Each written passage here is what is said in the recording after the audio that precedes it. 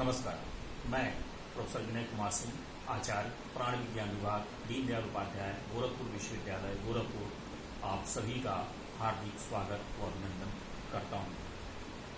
जैसा कि पता है, हम सभी लोग एक बृहद इकोसिस्टम के साथ रहते हैं, जिसमें हमारे साथ अन्य जीव भी रहते हैं। हम इस सिस्टम के एक भाग हैं, न कि नियंता है। We are the part of the ecosystem, not commanding authority. हमारे गलत क्रियाकलापों या यूं कहें कि भौतिक संसाधनों के मोह में दूसरे जीव संकटग्रस्त हो गए हैं। इसी पर आज का टॉपिक है, जिसका शीर्षक है विलुप्त प्राय जीव क्यों और कौन कौन। किसी भी प्रजाति के विलुप्त प्राय निर्धारण में हम मुख्य रूप से यह कह सकते हैं कि उनमें पिछले 10 वर्षों में या उस प्रजाति के 3 पीढ़ियों में लगभग 80% तक संख्या में कमी पाई जाए, तथा जिनके रहने का दायरा कम हो, हैबिटेट कम हो, अथवा जिनकी संख्या 250 से कम हो और उनमें लगातार 3 वर्षों अथवा एक पीढ़ी में 25% तक की कमी पाई जाए, ऐसे सभी जीव को हम संकटग्रस्त या विलुप्त प्राय जीव कहते हैं। पिछले 4 दशकों में अधिकाधिक रसायनों के प्रयोग से हवा में फैलता जहर, कारखानों से निकले विषाक्त अवयवों द्वारा जल प्रदूषण, बढ़ता शोर व नाभिकीय परीक्षणों से होने वाले रेडियो एक्टिव प्रदूषण निसंदेह हमारे संपूर्ण वातावरण को प्रभावित करते हैं। इस प्रदूषित वातावरण में मात्र मानव ही जीवन यापन करने के लिए बाध्य नहीं है, बल्कि वे समस्त जीव प्रभावित हैं जो इस धरा पर उपलब्ध हैं। वैज्ञानिक सोच एवं उपलब्धियों के क्षेत्र में रोज नए कीर्तिमान स्थापित हो रहे हैं, परंतु इन उपलब्धियों के साथ हम बहुत कुछ खोते चले जा रहे हैं। आज के रोजमर्रा के प्रयोग में आने वाले तमाम इलेक्ट्रिक उपकरण वातावरण एवं सभी प्रकार के जीवों में अप्रत्यक्ष एवं प्रत्यक्ष रूप से अपना दुष्प्रभाव डाल रहे हैं, जिसकी भरपाई असंभव है। विलुप्त प्राय या संकटग्रस्त प्रजातियां वे हैं जिनकी संख्या कभी भरपूर थी, परंतु मानव द्वारा अपने भौतिक सुखों के लिए प्रकृति से छेड़छाड़ एवं उसकी संपदाओं का अधिकाधिक दोहन करने के कारण जिनकी संख्या में तेजी से कमी आई है, उन जातियों का अस्तित्व ही खतरे में पड़ गया है। ये जातियां अब बिना मानव सहायता के नहीं बचेंगी। इनमें मुख्यतः गिद्ध, भारतीय सारंग, लाल भेड़िया, हिरण या मृग, नीली व्हेल, घड़ियाल, नीलगिरी के लंगूर, सफेद गैंडा, कस्तूरी मृग, अजगर, बाघ प्रजाति, गौरैया इत्यादि हैं। इनके अतिरिक्त सरीसृप प्रजातियों में टर्टल, पक्षियों में पेलिकन, धनेश, पर्वत बटर, मोर, फीफाउल एवं सफेद सारस तथा स्तनधारियों में सिंह, पुच्छी बंदर, लकड़बग्घा, सांभर इत्यादि प्रमुख हैं। उदाहरण के लिए हम सभी यह जानते हैं कि गिद्ध हमारे लिए एक प्रकार से प्राकृतिक सफाई कर्मी के रूप में हैं। उनके विलुप्त या संकटग्रस्त होने के पीछे का कारण एक उदाहरण द्वारा समझाया जा सकता है। डिक्लोफिनेक एक प्रकार की दर्द निवारक दवा है, जो मानव एवं पालतू जानवरों के लिए दर्द निवारण में दिया जाता है। इसका दुष्परिणाम तब सामने आया जब गिद्धों के मरने की संख्या में अचानक वृद्धि होने लगी। कारण पता करने पर वैज्ञानिकों द्वारा यह सिद्ध किया गया कि यह दवाएं खाद्य श्रृंखला के माध्यम से इन गिद्धों के शरीर में संचित होकर इनकी किडनी को प्रभावित करती हैं। इसके लिए प्राणघातक सिद्ध हुई हैं। इस दवा को भारत सरकार ने मार्च 2006 से पूर्णतः प्रतिबंधित कर दिया है। ध्यानाकर्षण है कि विश्व में एक जाति प्रतिदिन कम हो रही है और अगले 20 वर्षों में सभी प्रकार के वन्य जीवन का लगभग 25% विलुप्त होने के कगार पर है। वैज्ञानिकों की अवधारणा है कि वातावरण में लगातार तापमान में होने वाली वृद्धि इसके लिए सबसे प्रभावी है और जिम्मेदार है हम मनुष्य। जहां तक भारतीय परिदृश्य की बात है, प्राणी जातियों की संख्या लगभग 75,000 है। इनमें से 850 स्तनधारी हैं। इनमें हाथी, भेड़, चीतल, कृष्णसार, 4 सींगों वाला, 12 सिंहा, 1 सींग वाला गैंडा और गौरवपूर्ण शेर, चीते और बाघ आदि शामिल हैं। प्रकृति के साथ मनुष्य का हस्तक्षेप इन जीवों की संख्या कम करने में सबसे महत्वपूर्ण है। कुछ जातियां विलुप्त हो चुकी हैं और कुछ विलुप्त प्राय हैं। यद्यपि अब तक हमारे देश के संकटग्रस्त प्रजातियों की संख्या का सही निर्धारण और आकलन नहीं किया जा सका है, परंतु अनुमानतः 150 स्तनधारी एवं इसी के आसपास पक्षियों की जातियां संकटग्रस्त हैं।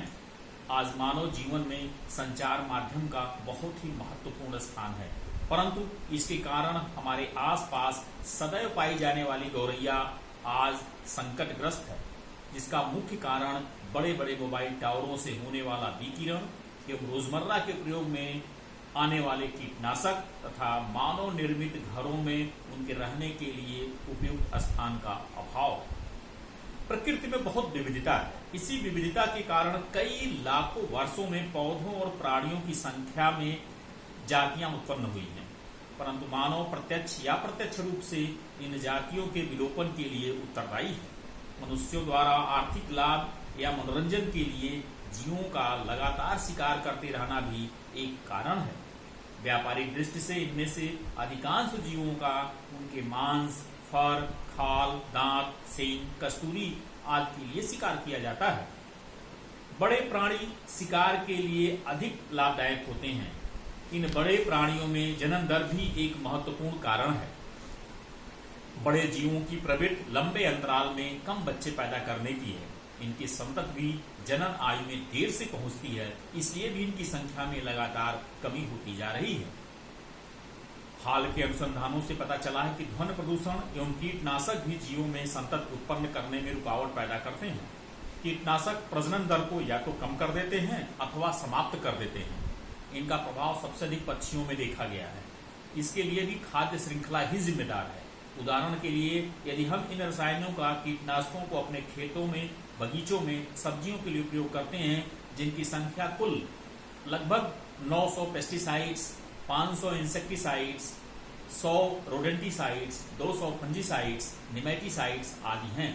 इनका अधिकांश भाग बरसात के पानी के साथ पोखरों, तालाबों एवं नदियों में पहुंचता है, जहां पर जलीय पौधे फाइटोप्लैंक्टन्स होते हैं जो इसे ग्रहण करते हैं। यहाँ एक शोध का जिक्र करना समीचीन होगा, जिसमें पीसीबी पॉलीक्लोरिनेटेड बाइफिनाइल को खाद्य श्रृंखला के रूप में देखा गया है। इसकी मात्रा फाइटोप्लैंक्टन में 0.02 ppm तक पाई गई है। इनको खाने वाले जूप्लैंक्टन में 0.12 ppm यानी कि लगभग 5 गुना। पुनः इन्हें छोटी मछलियों द्वारा खाए जाने पर इनमें 1.04 ppm यानी कि लगभग 9 गुना।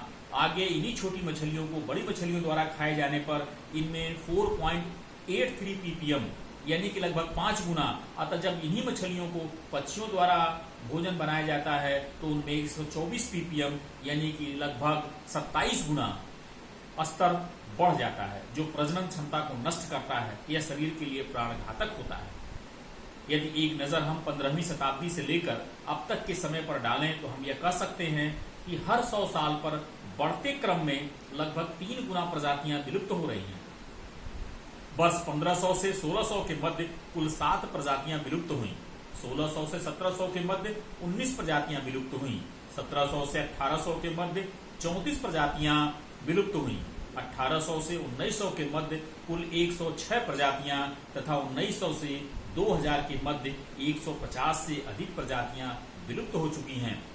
कोई भी जीव प्रकृति का एक हिस्सा है, उसका अपना महत्वपूर्ण स्थान है एवं प्रत्येक प्रजाति का लगभग जीवन चक्र 10 मिलियन वर्षों के आसपास होता है। पृथ्वी की उत्पत्ति लगभग 4600 मिलियन वर्ष पूर्व हुई। उस समय का वातावरण जीवों के रहने लायक नहीं था। लगभग 2200 मिलियन वर्ष पहले का फॉसिल रिकॉर्ड में आया है। मनुष्यों की 7 अरब की जनसंख्या में लगभग 80,000 से 1 लाख रोगों की पहचान की गई है, जिनमें से अधिकांश वायरस एवं बैक्टीरिया जनित हैं। चेचक एवं पोलियो के कारण वायरस लगभग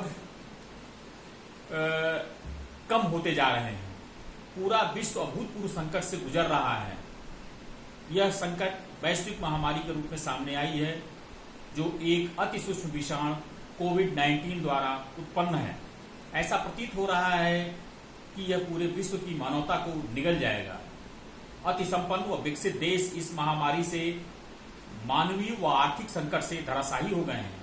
नोवेल कोरोना वायरस या वुहान कोरोना वायरस संक्रमण फैलाने वाला विषाणु है, जो श्वसन तंत्र संक्रमण उत्पन्न करता है। वन्य जीव की रक्षा के लिए विश्वव्यापी रूप में राष्ट्रीय संसाधन संरक्षण अंतर्राष्ट्रीय संघ कार्य कर रहा है।